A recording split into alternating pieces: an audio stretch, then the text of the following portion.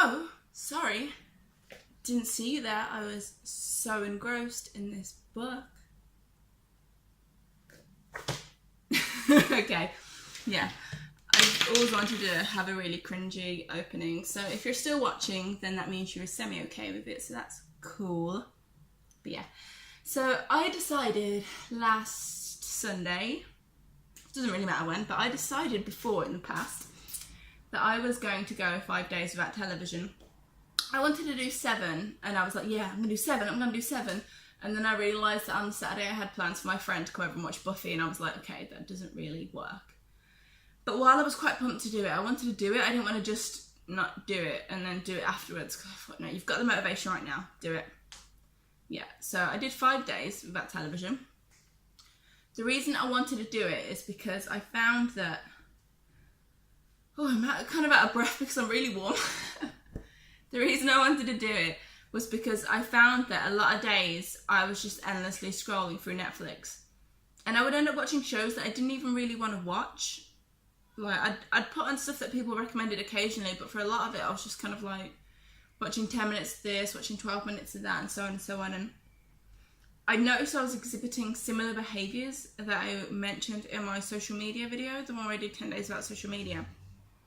And I was kind of like, Like, after I quit social media, I was being really productive and feeling really good.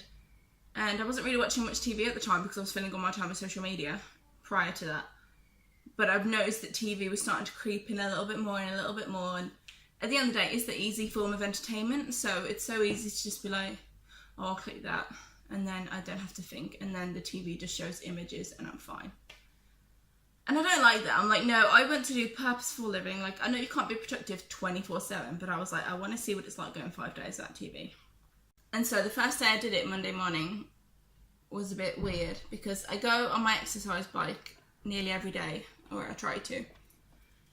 And I was very much in a routine of, I get the bike out, I watch The Bee in Apartment 23 on Netflix, and I'm on the bike, and I get like 1.5 episodes in for the time I'm on the bike. That was like my routine. And then it kind of hit me and I was like, oh, I've got to do something different today. And it's funny to think that when I used to go to the gym years ago that I would listen to music or my iPod or something like that. But now when I was going to the gym, like the actual gym building, not my home gym, my home gym, which means my exercise bike, I would use Netflix there or watch TV because there was Wi-Fi. And so I was kind of like, well, if I watch a 40-minute TV show, then that's like 40 minutes on the bike, and that's better than music and blah, blah, blah, blah. So I was very used to watching TV while on the bike. And I was kind of like, I don't know what to do with myself. And it was good actually, because I was like, you know what, I can listen to Panic at the Disco's new album, which is something that I had been delaying. Even though I was really excited for it, I was kind of still sitting down watching TV and all that. And then I was like, well, you're not watching TV for 5 days. And so I did that instead. I listened to the new album and it was actually really cool, and I really got into it, and I was like pedaling along and I was like, I'm actually quite enjoying this is quite good, why don't I normally listen to music? So that was really fun. But then after that I did find myself keep going to reach for the remote and then being like, oh. But what I did is my version of no TV also included no YouTube videos, no kind of, I wouldn't say Snapchat stories, I don't have Snapchat, but like no like little video clips of anything. Just basically no video at all. Because I really wanted to try and get back to reading and listening to my audiobooks and such, and making my videos and stuff like that, because I did find that my time was just dwindling away, and I was like, I don't have any time. And then I was like, I do have time, but you're spending it all watching Friends.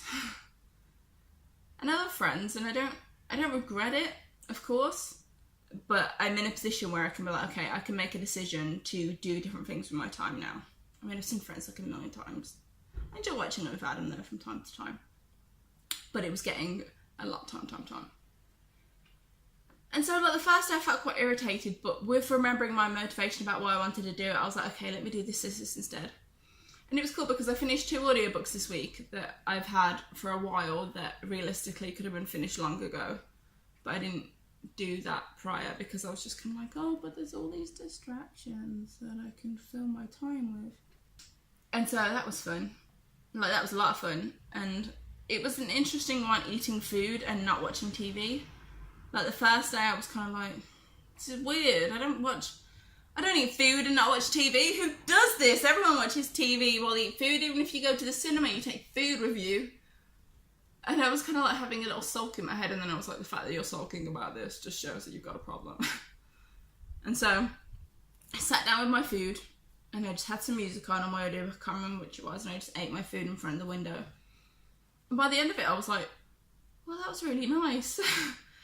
Because usually when you eat and you're watching TV, you're like trying to eat, trying to look up, trying not to miss, and you can't really do both successfully, not in a way that you feel quite satisfied. But when there's nothing else to visually distract you and you can just look at your food and enjoy it, it just feels like a different experience. I feel like I'm tasting my food more than I was. And I've seen articles in the past about don't watch TV while you eat, and part of me was always like, there's nothing wrong with that. That way you can get TV time in and you can get eating time in. Why wouldn't you want to do that? But it just showed me what a difference it felt like to do it that way. And since then, oh, itchy nose. I say since then, apart from Saturday, I've not watched TV at the same time that I've eaten. But I did start to feel a lot more positive throughout the days, and I did more kind of YouTube-y stuff, like in terms of like writing down ideas and things like that. And I wrote in my journal, and I started reading this wonderful book. It is actually a wonderful book, even though the beginning was cringy. And I'm really enjoying it, and it's so nice to have entertainment that your mind has to create the image for, because I just find it a lot more stimulating, and I forget how much I actually enjoy that when I find, oh, TV, blah, blah, blah. And I wanted to step away from TV because I wanted to see how I would feel about it when I had the option of going back to it. And so when Saturday came around, I was kind of like, well, Hazel's coming around later, but technically your challenge has ended. You've got all this time now on Saturday. You can watch TV, you can watch videos, what do you want to do? And I didn't want to do anything really. I was just kind of like, because I'd went to a concert on Friday night, I then decided on Saturday to see if the musician had uploaded any kind of videos or photos from it. And so I looked at those, and that was like a nice little experience. But then after that, I was kind of like, there's nothing else I really wanted to watch. And I'd had a lot of people that I was subscribed to had uploaded videos that week, and I didn't, apart from like one video, the rest of them I was kind of like, I could kind of take them or leave them, and I hadn't even watched them. Beep, beep. I don't know if that showing that window is helped a little bit. I hope so, because all I can hear is beep, beep, beep. Yeah, the rest of them I was kind of like, But in the past I would have just clicked on them to kind of click on them and watch them. And I think one of the biggest things I've noticed coming out of the television gaze, oh, it stopped beeping, is that I feel like I want to be a lot more selective with what I do watch. Like, since I've had the option of watching television again, I've watched a few episodes of Buffy when Hazel was around. I've watched one episode of Parks and Rec with a few funny Parks and Rec clips on YouTube. I've watched an Amy TV video. And I think that's it. Well, and a few clips of the musician. But they were only like 10 seconds a piece. And I think that's it. And like, to me, if you'd have compared that with where I was 10 days ago, that would be done in like an hour. And then I would move on to the next bit of TV. So it's just weird. But I sat down and I wrote down all the TV that I watch currently. And I kind of went through and counted the shows, and I looked at how much was like drama, how much was comedy, how much was action. And it was quite interesting to look and be like, where do I normally fall in terms of genre? And how it relates to anxiety, because I read a lot of articles about people who gave up television for like 5 days, 10 days, a month, whatever. And like 99% of the articles I read, everyone failed. Which was like, that's inspiring. Apparently they just couldn't, oh, my flowers are between my hands. Apparently they just couldn't deal. But there was one woman who had completed 30 days without TV, and she said that she noticed that her anxiety had significantly dropped. And I was kind of like, what? And she said when she really thought about it, you know, she often watches TV shows that are like thrillers or like documentaries about serial killers and stuff like that, which she does kind of really enjoy. But she said that when you watch those kind of shows, you do exhibit a lot of emotion. You know, you get stressed, you get like kind of, not hyper, but you get a bit like all kind of worked up and stuff, and it's almost like you're going through trauma in your life, in your actual life, but it's not actually happening, it's TV. And even though your brain knows that, it's like your emotions don't. And so she would then have kind of lingering anxiety, not realising it was connected. But when she didn't have TV, and she just kind of went to work and had a normal, nice, consistent enough days, she was actually quite happy. And I thought that was really interesting. And when I watched Buffy on Saturday, like, I absolutely adore Buffy, and I'm not going to stop watching Buffy, but it was actually really interesting to me because the day, 1 or 2 days after I watched Buffy, I went and had a nightmare that was very similar to an episode of Buffy that I watched, and then I felt very much on edge the day afterwards because of it. And it's kind of like, whoa, it is linked. Like, that's weird, but like understandable at the same time. Because they say, like, oh, if you've had an upsetting day, that sometimes you'll dream about it, and it's like, well, I watched an upsetting program. So it's an unusual one. I did feel calmer through those 5 days though. The first day I was a bit irritated and a bit like, why does everyone else get to watch TV and I don't get to watch TV? I don't know, it's just a different experience. But after that I did feel so much more like, oh. And it's actually crazy how many videos are everywhere. Like, I was on Spotify listening to music, and then a video ad would come up, and I'd be like, oh, turn my phone over. And I'd be reading an article, and I'd scroll down, and a video would start playing. I'm like, oh, stop.